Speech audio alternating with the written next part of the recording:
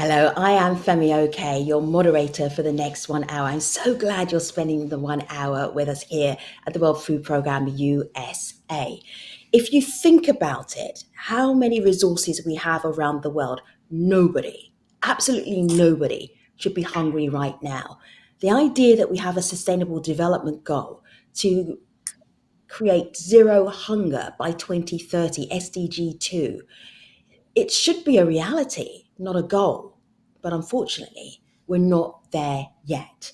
Today, you will meet speakers who are very passionate about food and people's relationships to food, particularly when we talk about food systems. You are very much part of that conversation. If you have a comment, if you have a question, see that chat box on your dashboard? Please use it. I will wrap up and wrap in your conversation into our discussion today. We have a lot to do, so let's get started with Baron Seeger. He is the CEO of the World Food Programme USA. Hello, Baron. Thanks, Femi. Welcome to the World Food Programme USA's fourth Us Against Hunger virtual event. Today, you and our esteemed panelists will be talking about food systems. A food system is a path that food travels between farm and plate. And over the last half century, as the global population has exploded, so too has our food production, exhausting the planet's normal capacities. When I was young, my parents taught me that food is a basic human right. They instilled in me that everyone, no matter where you're born, deserves to eat. But the world's food systems are deeply flawed. These flaws affect us all, but most of all, they affect nearly 1 billion people that go to bed hungry every single night. Their chronic hunger is a clear sign that our food systems are not working.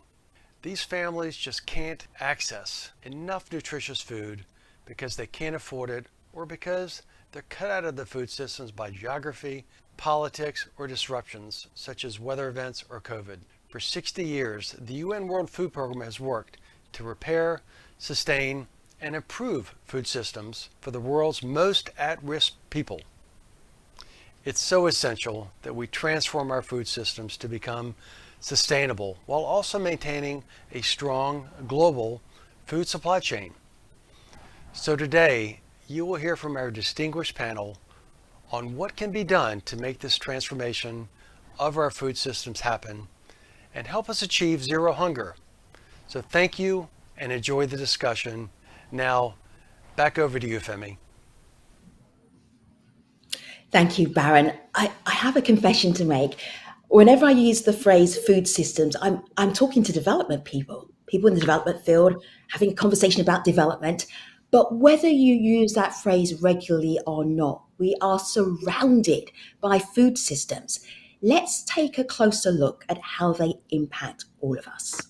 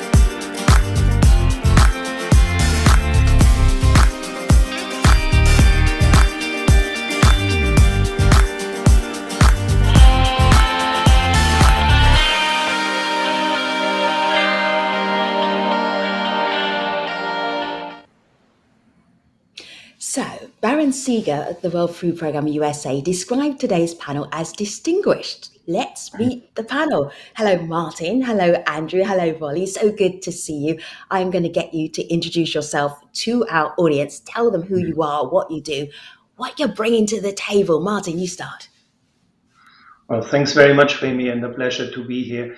My name is Martin Frick. I'm the deputy of Dr. Agnes Kalibata. Agnes is the Special Envoy of the UN Secretary General for the UN Food System Summit that just happened.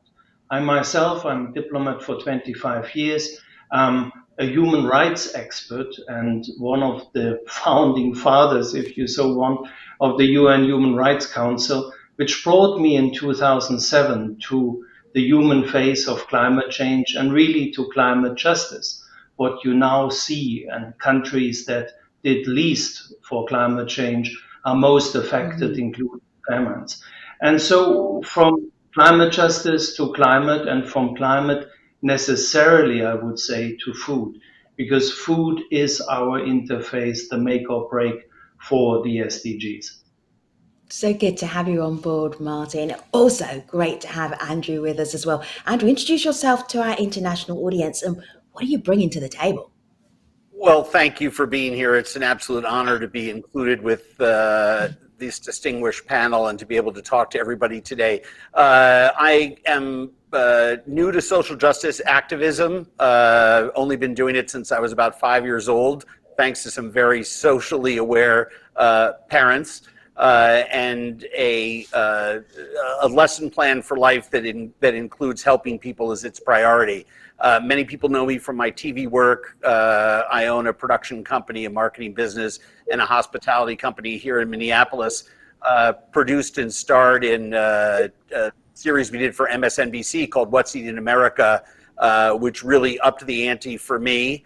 And I believe that food holds the secret to all of our solutions to our social problems globally, and I'm excited to discuss those today with you and Volli and Martin. All right, Volli, so good to have you. Introduce yourself to our global audience and what specifically you bring into this conversation. Thank you very much, Femi, and everyone, distinguished guest panelists. It's an honor to be together with you all. My name is Volli Carucci, and I'm fundamentally a farmer. I am an agronomist by background. I became an environmentalist by choice, and been in the field for close to 30 years, starting the Sahel, then to the Eastern Africa region, Asia, Myanmar, back to the Sahel, and then in the last months back to Rome, back to base. I'm an Italian, and yeah, it's everything is about food at the end of the day, as you say, and food is such a federating thing. It's just something that brings everybody together. So I think I can bring some testimonies from the field. Very good. All right, gentlemen, let us start with this idea of we wouldn't all be here chatting if there wasn't an issue with our food systems. You don't spend an hour convening great voices, great thoughts without there being an issue. Andrew, you get us started. What do you see being one of the biggest problems with the food systems that you have to work with right now? Well, I think the overarching issue that we're going to be dealing with for the foreseeable future is our global climate crisis. I think that's the umbrella under which everything sits. Obviously, we need equitable food systems, and I believe we all agree on this panel that there should not be a hungry person in the world because we have the skill technologically to fix that. We can move food around. We can feed people. Do we need to work on distribution systems? Absolutely. Do we need to make sure that economic development, micro farming, home farming, I mean, there's 100 different smaller issues. However, none of them are going to work if we don't address our global climate crisis. So I think that's the most important thing. We can bring electricity and hence refrigeration and other things to places that don't have it. We can create economic development programs in Haiti and let them, grow sweet potato vines that, grow a foot a day that are so nutritious. And people like me can teach people to prepare them in healthy ways. But none of that works if, droughts, weather, events, climate crisis keeps moving around the world, and where we're now seeing arable land in 5 years we won't, and vice versa. So I see climate as being the number one challenge that we have, and the thing that scares me the most about reaching the 2030 goal. Lots of nodding heads from your co-panelists, and Martin is making notes. Martin, share your notes with us. Well, I totally agree with Andrew. If we mess up our global climate, there is just nothing else we can do. That is the absolute top priority. But what I have learned also in the last 1.5 years with this Food System Summit is you don't have the choice what crisis you want to address. There's a soil crisis. We are losing arable land at a breathtaking speed. There's a biodiversity crisis in which we are killing more animals, more species every day that possibly can be sustained. We have a climate crisis all over us, and we have inequality and hunger and poverty. We need to fix all of these things together, and that is absolutely doable, and it's just so complicated because our governments, all of our operating system is so in silos and specialists. If we bring that together, what we have tried to do over the last 1.5 years, that's the magic. And I think the magic can really happen on a local level because there the connections are there. You can build it or rebuild it. You can activate communities. And the beauty of food is it's such an emotional topic. It's a connector. It's a combiner. It's something people feel strongly about. So true. No one can opt out of this conversation. It's not an optional conversation. Volli, I want to tap into your experience in the field, because when we talk about flawed food systems or food systems that need to be fixed, what have you seen in your work in the field? Bring us a story. Thank you. No, I really was very happy to hear the World Umbrella from Chef Zimmern, but also the World Soil from Dr. Frick. And I come from that realization many years ago with some of our friends, where we basically evolved in this, even as a WFP humanitarian worker, a proud one, to realize that we need to match the challenges of climate change with the challenge of restoring broken landscapes, of fixing livelihoods that are so intricately linked to landscapes, and landscape, soil, biomass, living things, and people are so connected, right? And we can do a lot about that, but it's about going to scale. If we want to offer a response that is commensurate to the scale of climate shocks, they have a dimension, they have a scale. We need to intervene at scale. And there are some countries. My experience in Ethiopia in the late 80s was actually with a group of incredibly dedicated Ethiopians, was to defy what by many was considered as irreversible. And no, we managed to reverse by rehabilitating over 1 million hectares in just 20 years. And then Ethiopians continue, the government, the people today are planting hundreds of millions of trees every single year. This is a story. So from basket case, they became bread baskets in a number of locations. And the same is happening now in the Sahel. You will be amazed. I mean, I saw the video before, and there were some pics actually of the sites that we began implementing in 2018 after our executive director visited the Niger country, and then later on to Burkina and Mali, etc.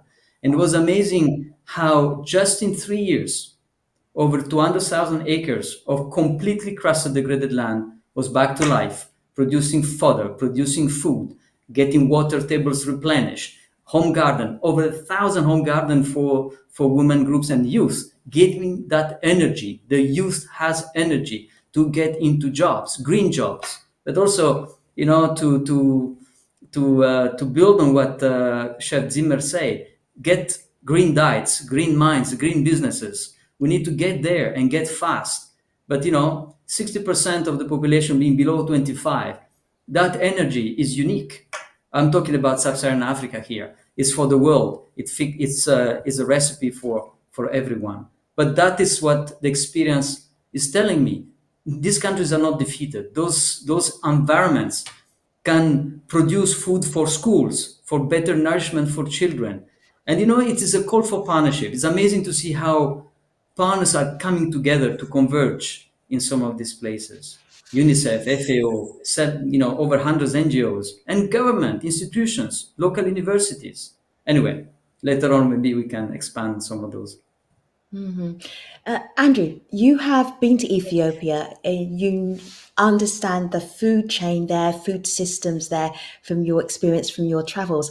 Tell us one example that really exemplifies what we're talking about today, the challenges that we have right now from Ethiopia. Well, it's a fascinating example. Addis Ababa, Ethiopia's capital city, I believe still has the largest open air market in all of Africa. I've been there multiple times, and it's crushingly sad to see a near mountain of tomatoes. We've documented this on camera. This is simple fact. Bigger than me, a circle 40 feet in diameter, clearly from a giant 18-wheeler that just unloaded, unbasketed tomatoes onto the ground for people to pick up and purchase. I am all for ugly food. I don't believe we need to be buying pristine food from Western markets. I believe in the power of eating ugly food. Often it tastes better, and most of the food grown in the world is ugly. However, what we need to fix in Ethiopia isn't their land. There's a mythology out there that says it's a country that can't grow their own food. That's not true. Some of the richest soil in the world is in Ethiopia, right? What they need is more electricity and an infrastructure that will allow for development of a distribution system. Now, the solutions that we need to employ in a country like Ethiopia to allow Ethiopians to help feed themselves is different than one that we might put in place in Namibia, is different than one that we might put in place in the Sahel or in Haiti or in some other environment. It's fascinating to listen to my colleagues talk about the same issues using different languages, and it all coming down to micro communities. We don't need one global leader, one global solution. This is a system that requires 14, 15 different solutions. And the only way to do that is community by community by community. I believe in the indomitable nature of the human spirit. I am a positive person. I do believe this is fixable. What scares me is the speed with which we need to act. And sadly, especially in the West, we have two problems. One, we have the skill, but we don't have the political will to make those changes. And the second issue that I think needs to be thrown out on the table is what used to be called in the 80s and 90s NIMBY, not in my backyard. Not in my backyard, So yeah. we would see pictures of emaciated children of color from Africa going way back to my childhood on TV, on commercials, and everybody would be asked to send $1 in to a different NGO or organization helping people. And the fact was that in the West, people were like, well, that's happening to people of color half a world away. Speaking honestly about America and just looking at what our political will has been, people of color half a world away don't deserve our attention if you look at our actions. I believe everyone in the world is equal, and we need to be helping all of them. And now that those problems are in America, I think it's changing some of that not in my backyard thinking. With COVID in America, we dropped 20% of people that were above the poverty line below it. Hunger is not just happening in the countries that Volli was talking about. It's happening in the neighborhood I live in. It's just stigmatized to the point that people want to stuff that down. Just like the climate crisis, hunger is pervasive. It's in every community in the world. And if we don't start treating each other equally, I think we're going, and going community by community, I think the problem is going to get worse and worse, and we're going to see more situations like the one in Ethiopia. I hope and pray that the Electrify Africa Act that took care of the southwestern corner of that country, one that I was involved in many years ago, with helping to get bipartisan support for that legislation, increases in other parts of the world where we need a grid. Gentlemen, I offered you up to our audience so that they could ask you questions. Martin, help me out with this one. This one comes from Katrina. Katrina, I love this question. Could the panelists unpack specifically what the climate crisis and global food systems have to do with equity and equality? Martin, you go first with that question. Well, awful lot. I give you two numbers, and these are shocking numbers. One is you have altogether 4.5 billion people who are depending from food systems for their livelihoods. We all depend on food, of course, but to make a living, 4.5 billion people live on food systems. 3 billion people, that's almost half of the people on this planet, do not have access to nutritious food because they are too poor. And to Andrew's point, that is in every rich country exactly the same. Our poor are overweight and obese. Why? Because they eat crap food. But climate change is impacting all on the food chain. And wherever in the world you are, the poorest, most dangerous, most undesirable jobs, unfortunately, are in food systems.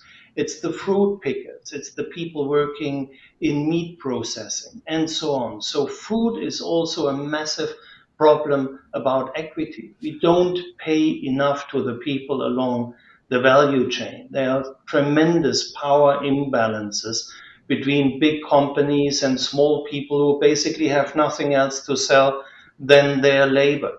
And this is being exacerbated by climate change. I don't want to fire too many numbers, but if you consider that 80% of the food insecure people of this planet are actually food producers, you see the full irony of that. So the people who grow food are hungry. That's obviously wrong and needs to be fixed.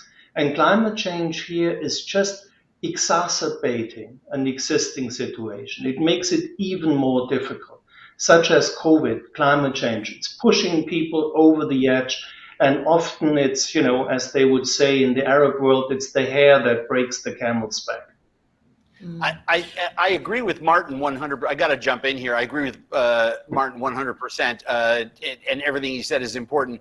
I would have one friendly amendment to that. I live in the central northern part of the United States of America, and I can tell you without a doubt that over the last year and a half, directly attributed to climate crisis, and by the way, traveled to 172 countries over the last 25 years making television, I can tell you that when climate change and climate crisis, as it increasingly every year grips our planet, there's fewer fish, there's fewer vegetables being grown, it's harder to move them from one area to another. We've seen volatility here in Minnesota because of our weather pattern shifting, where we are, planting later in the season, experiencing heavier rains in September than ever before, lowering the amount of apples that are produced. Therefore, the cost of apples goes up. So when you add that to all of the people who are below the poverty line, they can't afford fresh fruit.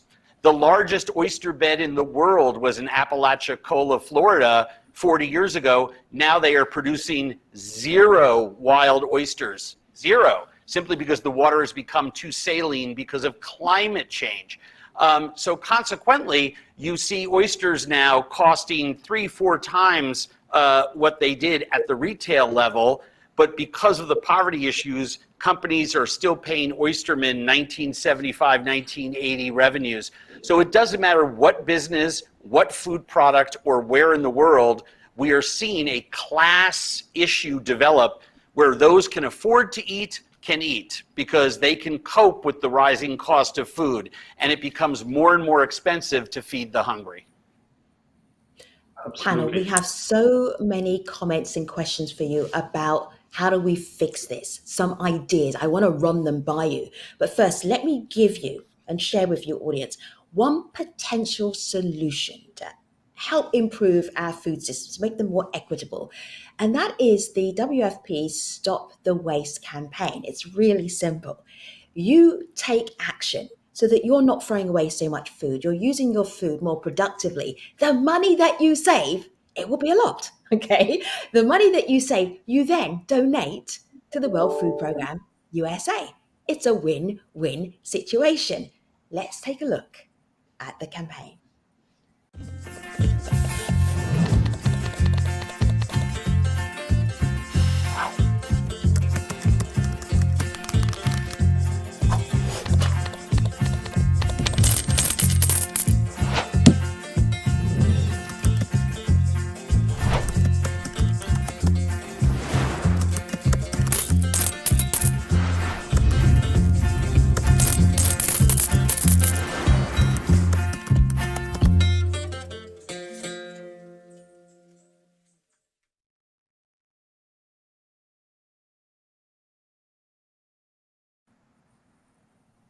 Gentlemen, you've all made very compelling cases for our food systems being flawed. I'm going to push you along a little bit more now and then talk about then how do we fix them? How do we improve them? So we've got more equitable food systems, affordable, healthy food for everybody around the world.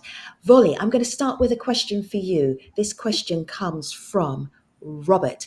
Robert asks, what can be done to enhance food security in impoverished sub-Saharan countries that do not have the rich soil of Ethiopia and limited access to water? Volli, would you mind taking that one on, please? With great pleasure. It's a very good question. First of all, we need to understand that the Sahel and arid and semi-arid lands are not zero rainfall, right?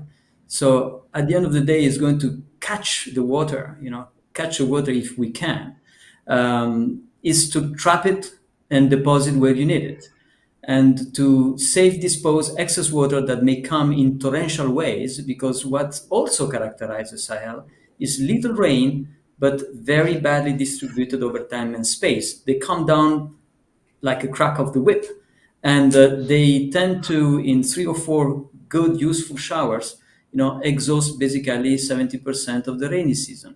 So there are techniques to really fix those landscapes, to first collect the water, moisture, then beginning this slow process of rebuilding a little bit of biomass, recycling, composting as we made that available and possible in many of these contexts. Last year, only in Niger, 50,000 tons of compost were produced by local smallholder farmers, right? Using these very simple techniques, but also enabling water to stay and to multiply. We call it rainfall multipliers. We use part of the area as a serving area, as a reservoir to feed water into the area that we have these half moons to collect them. And it's beautiful technology. It's very ancient. It goes back to 2,000 years. But it has been adopted and fixed and refixed. And we try to combine with indigenous knowledge, because often we don't ask local people there about their innovation. We hear a lot about, very high level things and so on. But down there are countless innovations. The Zai-pit system from a farmer, his name is Sawadogo, was invented 40 years ago in his plot. It's a simple pit where he dug and he observes the behavior of termite that recycle organic matter. So he started rebuilding completely his environment by digging those pits. People laughed at him. Now, 40 years later, he's a legend in his country.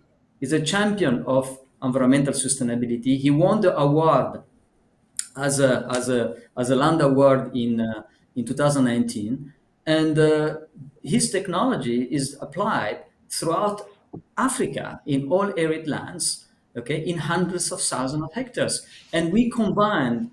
I was privileged to meet Sawadogo a while ago in Burkina Faso, and to really see what kind of ideas. He's over 80 years old, and that indigenous technology could be applicable mixing with modern technologies as well. We have digital farms for irrigated mechanisms. We have new ways to harness a more complex environment, because dealing with those broken landscapes needs also a professional level.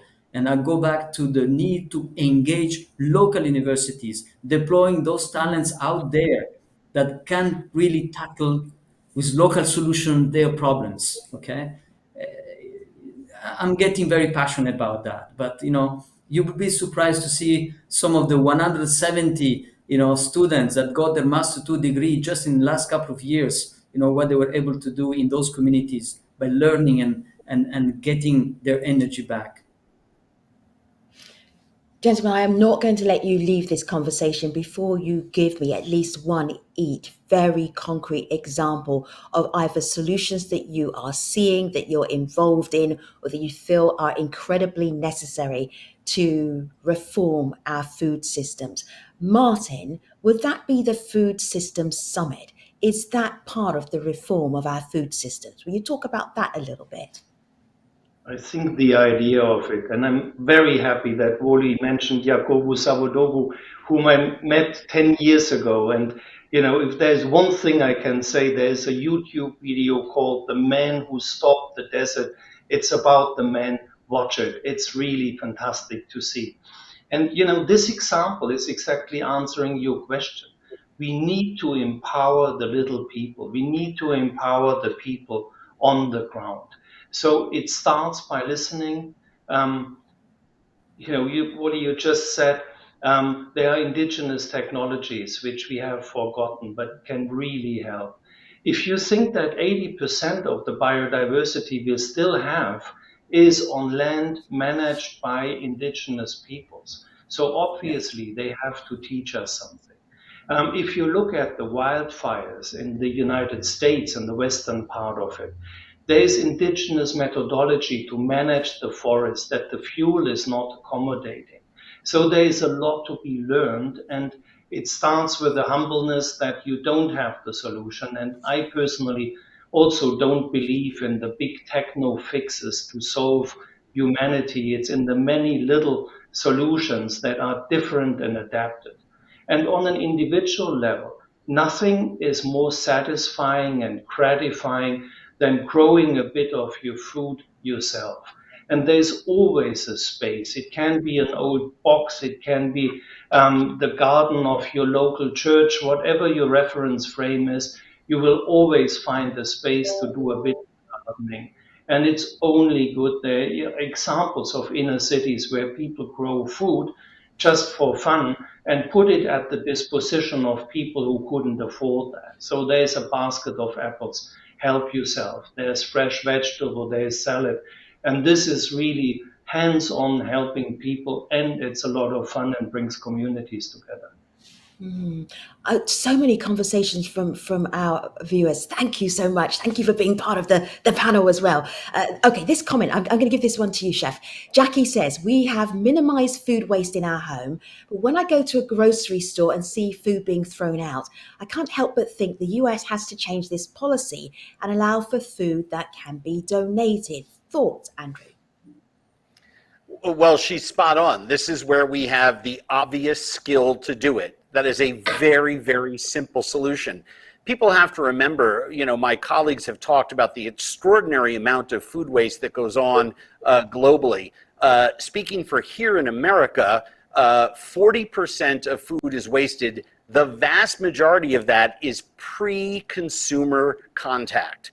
And one of the big places that this occurs is in the field, or the two big places, in the field, where we don't have enough people to pick the food, move the food, plant the food, turn over the soil that we have, and at the wholesale and retail level, where we are obsessed with this idea of perfect food. In order to make the changes, the very obvious changes that we need, just to have that food donated and picked up, state by state in America, we have different laws, even within different municipalities, about what type of food can be picked up, how it should be stored, and how it should be doled out. Some of those laws are antiquated. They were created at a time where we didn't have the technology to protect people from getting sick, keeping hot food hot, cold food cold, etc. But we also didn't have distribution points.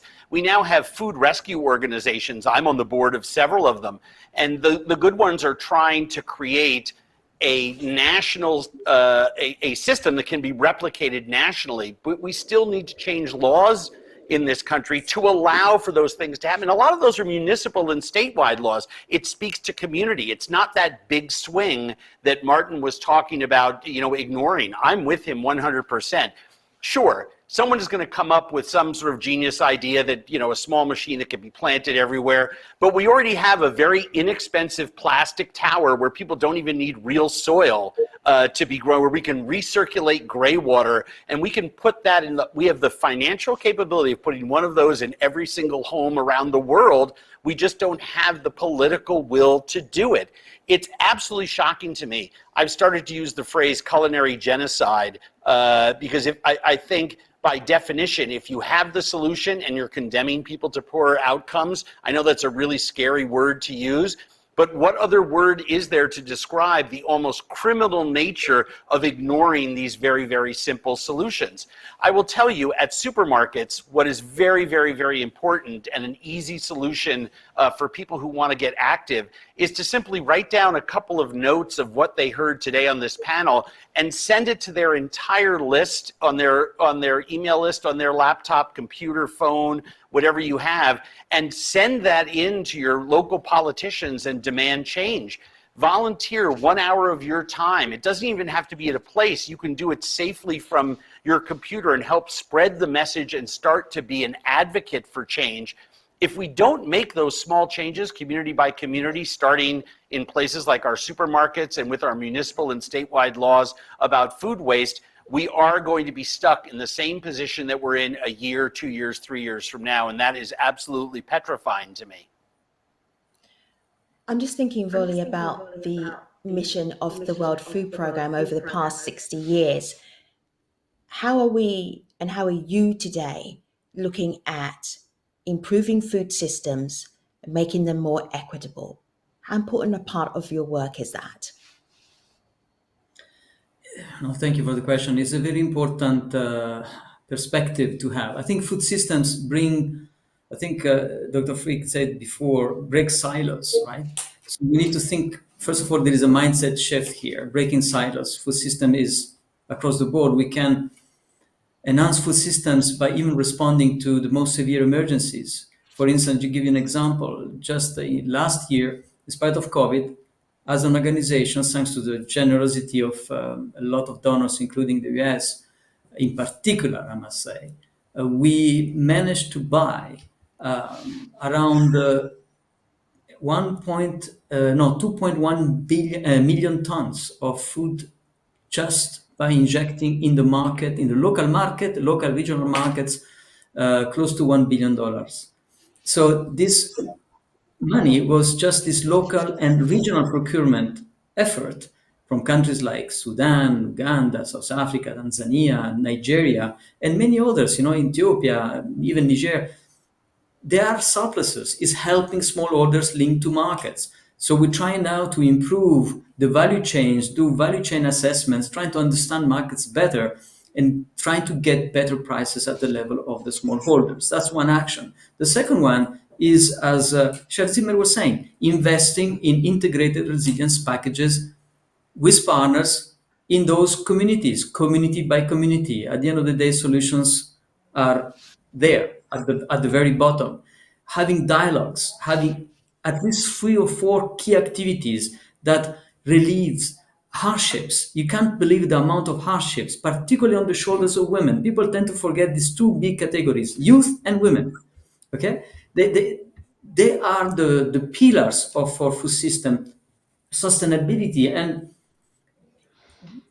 just by having even better access to land tenure rights, to having access to just few years of security in tenureship is hugely important for people. And I'm speaking for our clients, for our beneficiaries largely. I understand, in our own countries as well, but in those places, we're really talking about food systems that often are living on one single crop in agroecologically depleted landscapes where biodiversity is over, and that one single crop is infested very quickly by pest and disease. It doesn't store very well, it expires very quickly, it perishes very fast, it can even be toxic, like with aflatoxins and other stuff. So we need to get better in investing a comprehensive package, at least of few activities. I'm not saying all of them, that can send the child to school, can nourish a mother and the child,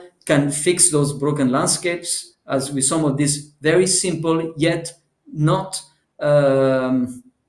simple in the sense that they're simple, but not, they're quite complicated to do it well, right? And we need a professionalization of this type of work. And yeah, more boots on the ground, and enabling institutions, enabling our partners, particularly governments, to be there on the ground. And they can be there on the ground. It's just that we need to do a better job in really having a major build-up of capacities and investments as partners together in the same communities, as opposed to scattered a lot. Because some of my colleagues, and I remember vividly a late minister of environment in one of those Sahel countries, that say, Mr. Carucci, we have a lot of frameworks, we have a lot of theories of change. We want more practice for change, and we want you to accompany us in those communities where we need to fix the problem. So the Food System Summit, and Dr. Kalibata said very well, one thing, it is a call for action, right? And so I'd start from the lower level to bring it up, but I think we can do it, and there are amazing opportunities out there. The strengths of people in those areas is phenomenal. And that action is different in Madagascar than it is in Munich, Totally than it is different. in Milan, Totally different. than it is in Minnesota. And that's why the community-based organizations and listening to the people that live there is going to help improve those things. You mentioned schools. One thing that we haven't talked about, it's very important here in America, is we have so many hungry children. A national school lunch program that allows kids to eat breakfast, lunch, and if needed, take home food for dinner from their school 12 months a year, not just 9 months a year, is something that's extremely important. That is one small change, one small piece of legislation that only costs a couple $2 billion a year. We waste more than that when we build 2 of these stealth bomber airplanes. It's galling to me that we haven't been able to make that change, but the solutions are different, and we have them. That's the ironic, the nauseatingly ironic problem. Are you right? All hands on deck. Sorry. I would like to add to that. I totally agree that, as many regions we have, as many food systems we have. But I think there's one thing in common that we need to change. We need to look at our farmers not only as food producers. We need to look at them as the people who are basically managing our life support system.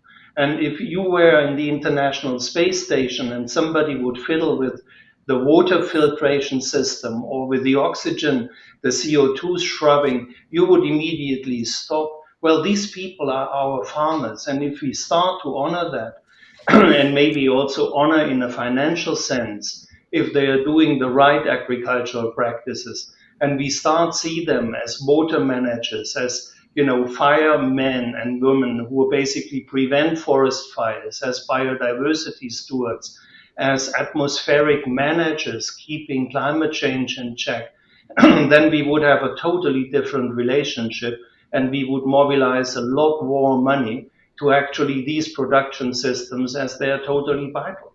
And I think we are still believing that we can do whatever we want to this planet, and somehow miraculously it will continue to function. While all the scientists really scream at us in unison that this is now code red for humanity, and that it's really 5 years left, and that is it. And we also have the same issue with farm workers. I mean, we profiled farm workers in the Salinas Valley in central California. And the one thing that I was stunned by was that what everybody considers to be easy manual labor was in fact each of the different pickers in this strawberry field, when we interviewed them in the show, was doing hydrology reports. They were taking stock of how much they were picking on the same rows, not only every week, but also season by season. And it was their information and data that was being crushed on the computers, on the laptops of the people back at home base at these companies, back at their headquarters. The people on the ground, the farmers, were losing them at an extraordinary rate.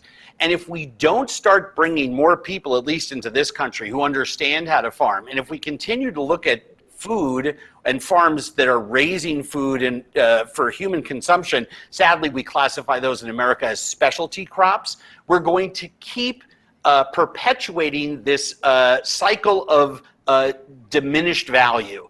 I agree 100% with Martin. You know, like teachers and first responders, our farmers globally are our livelihood. We need to be supporting them. That's where the money needs to go. We shouldn't be taking from them and pushing them down. We need to be elevating them and listening to what they have to say. It was farmers that told me about the apple crisis in Minnesota and the rainfall, holding up logbooks from central Minnesota that were 100 years old, where they were recording rainfall every single day of the growing season, and could show me that in the last 20 years they had a problem. Fishermen on the Great Lakes who told scientists that the ice was leaving the Great Lakes one day earlier every single year, therefore killing off fish that required the ice to keep the larger fish still sleeping and not moving around and eating the microorganisms that the little baby fish needed to eat. So now we have no more perch in the Great Lakes in the United States. Those perch have moved north into Canada.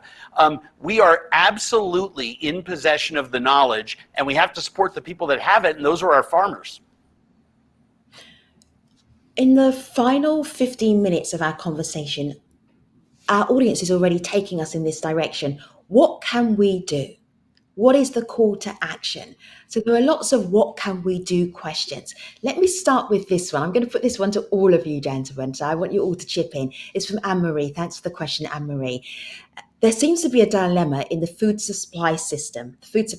On one hand, I want to buy local because of environmental and climate considerations. On the other hand, buying imported fruits and vegetables from overseas countries helps their economies. What does the panel think? Consume local or global? I'm going to start with the least obvious person first. Volli. Local or global? I am more of a glocal. I'm more of a glocal.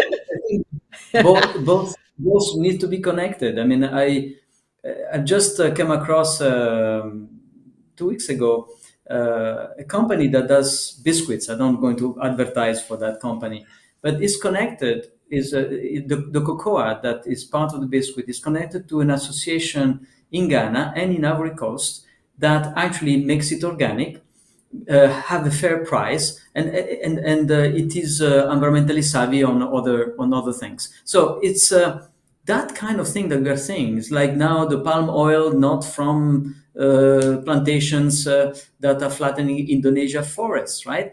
It's that kind of connection between local and global that needs to happen, and that connection will go fast because adoption of technology in many of those so-called faraway places, is very fast. And the same can apply with many other products. In dyes and gums, for example, that fruit trees like Balanitis aegyptiaca, like baobab, all the perfumes, creams, and stuff like that. I mean, it's countless. But we need to learn about those, and we need to make those connections. And people may be surprised that WFP is taking quite a close look at this, but we belong to those contexts, right? Because we are there. So we seize those opportunities. And when we don't have the skills, we call for somebody else to help us. So there are, we need more partnerships. We need more actionable partnership and partnership that actually go down there, and stay. It's to really to rehabilitate, to restore, to replenish, and to replicate. I know Andrew's bursting to tell us his take on this, but I'm going to make him wait till last. Martin, local or global? That's really, coming back to Andrew's point, there is no one size fits all. I'm obviously talking to you from the European Union. I had a fascinating debate, and it was about, as a Dutch, do you buy your tomatoes produced in the Netherlands, where you have them in a greenhouse that needs to be heated, and that obviously costs energy, or do you import that from Spain, obviously a sun-rich country? Now, if you get them from Spain, you actually have them watered by pumps who are pumping groundwater from 150 meters down. So if you look at every single product, there is no simple answer. But I think a couple of things are just obvious. If you have a local choice, well, support your local farmer. If you do an apple pie, get your local apples and try to get a variety of apples that is not within the big six that you find in every supermarket. You will have difficulties finding cinnamon coming out of the US, but I would highly recommend US cinnamon to be a part of the apple pie. But if you buy this cinnamon, well, spend a couple of cents extra and get fair traded one. Ask questions. I mean, this is also Andrew's point. Go to your supermarket and ask questions. Be a pain in the neck. Insist, if more people ask questions, and then, change is happening. People understand that price is one consideration. But we got so obsessed, and all the marketing culture got so obsessed by tiny little advantages. If you go to a big coffee chain and you buy some fancy coffee, let's say for $4, the producer typically gets 3 cents. Well, if you give the producer 6 cents, that still makes it a $4 cappuccino. You don't even feel that as a consumer. But these 3 cents mean a doubling of the income of the farmer. And that can mean that the daughter can go to school and to university and all the chain. We are so used to penny pinching and, pushing every bit of profit out, because that's what you learn in business school. And people rarely consider what actually the human consequences of that is. So you can still be in business and you can still make good business without killing people on the other side of the value chain. Chef, I feel this question is a little bit like the boxers or briefs question of today, right? So shop local or shop global? I think my esteemed colleagues have hit every nail on every head. There's not much that I would add to that. Maybe just to motivate people a little more to understand what they're buying. I'll give you a couple other examples that weren't necessarily talked about. We've become obsessed with, for those that can afford to eat, we have become obsessed with different types of healthy foods here in America, most notably things like almonds and avocados. While we're going through these huge water crises, freshwater crises all over the world, in the age of the climate crisis, where we have a clicking talk, according to the UN report that came out 5-6 weeks ago of devastating proportions, maybe it would be wiser to eat foods that didn't require such a huge multiple of water to deliver a portion of the food, right? Yeah. We were talking before about reading labels and making sure that you're buying food that is fair trade. Fair trade on everything is allowed. I'm very particular about my spices. I'm not a big fan of certain types of domestic spices. They don't work for me in my food, and I will confess, I'm part of the problem. I'm a pleasure seeker, right? If I wasn't, I would be eating a food replacement like Soylent 21 meals a week. But I do think if we're better shoppers, if we're more informed, if we start to take a meal or two from the wild, that could mean growing your own once a week. If we skip a meal once a week, we've learned that intermittent fasting is actually good for us, right? Skip a lunch, use a couple of meal replacements that are healthy and good for you. Check with your doctor first. Obviously, children and older adults who are compromised medically should not be doing this. But if we start to put less pressure on our food system, that helps tremendously as well. I think you should be buying local wherever possible and accenting that with smart choices from the global food community, because it is a vital piece of the pie. I'll finish with one big challenge to this that I'm sure everyone who's listening is saying, oh, Zimmern, I'm not sure I can do that. And that is, we have to change our culture. We have to change our culture. When you travel around the world, it's only the American plate that has 14 ounces of protein in the middle of it, like a half a chicken or a whole trout or some giant-sized piece of beef on the grill, big pile of starch, big pile of green vegetable. We're actually eating the wrong way. One of the things we can learn when we look at all the global cultures and the first peoples, indigenous peoples of the world, with all these solutions that Volli and Martin were talking about, is how they eat. Animal protein is just an accent to everything. There's not a single, I've lived with these indigenous peoples. I've lived with more indigenous peoples than most heads of anthropology departments at teaching universities around the world.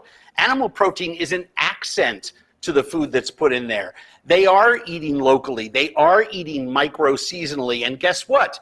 Most of them, aside from the modern problems or the other issues that we have brought by pushing modernity onto some of these ancient peoples, are extremely healthy and long living and happier. So when you look at some of the diets around the world, it's not just the Mediterranean diet that gets all the pub, right? It's when you look at the global diet, increase in beans and farinaceous foods that are also very inexpensive to grow and inexpensive to ship and are so good for you. Everyone should be making a pot of beans every week and eat 3-4 meals off of those. We can literally we have the power to transform our system. We just don't have the cultural will to do it.